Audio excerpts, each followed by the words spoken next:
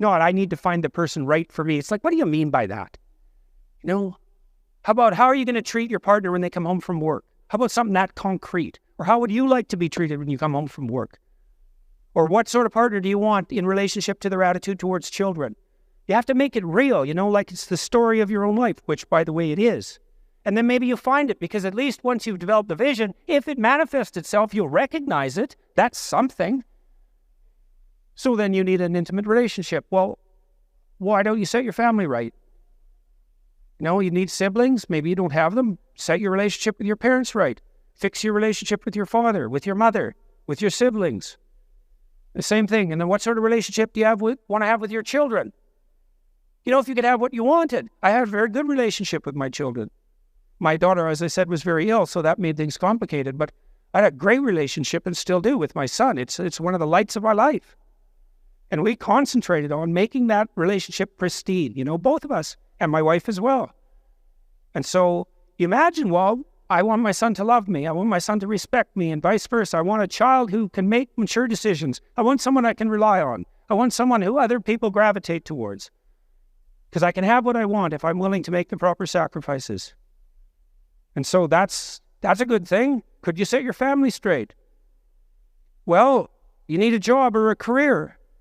So what can you offer, and what can you bring the world in that regard? And then I would say, well, if you're thinking about career success in this Tower of Babel manner, then that's a temptation. But you might think, well, how much good could I do if I had the opportunity in the shortest possible period of time, if I went all in? And then there's an aim, man, there's an aim. And then you might think, well, what would that look like? If I was a light to my community, if I was a light to the people I work with, who would I be if I was like that?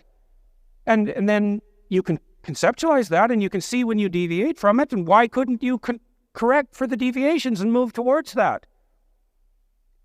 And then you might say, well, are you going to make productive use of your time outside of work?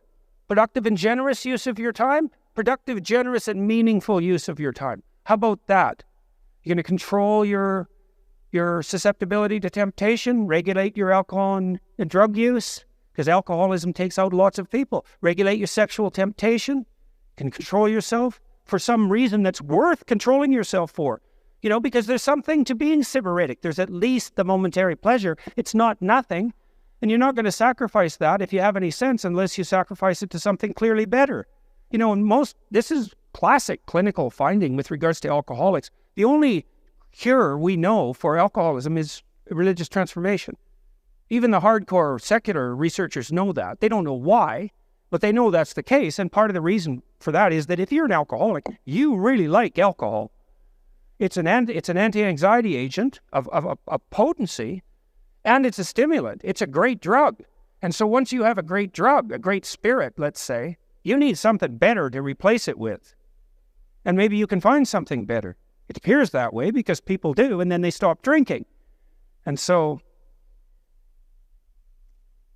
then there's civic service to your community. I've been thinking about church lately. People have abandoned the churches and vice versa in many ways. And people think, I can't believe what the church teaches. It's like, first of all, who cares what you believe? Like, who are you anyways? Right? Well, really, it's like, I'm 16. I don't like what the church teaches. Yeah, that's who you are. You're the judge of the church, and you're 16. And that's commonplace. I know it's funny, but it's not, because that's a commonplace. That was certainly me at 16. Who could believe that? I'm above that. It's like, really? Here's this 15-year-old juvenile delinquent from northern Alberta, and it's like, who cares about St. Augustine anyways? What did he know? So civic duty. Well, I'm not going to go into politics because it's a snake pit, or maybe you're cynical about social institutions. It's like, well, go fix them. Right? That'll give you something to do. If they're so wrecked, great. Well,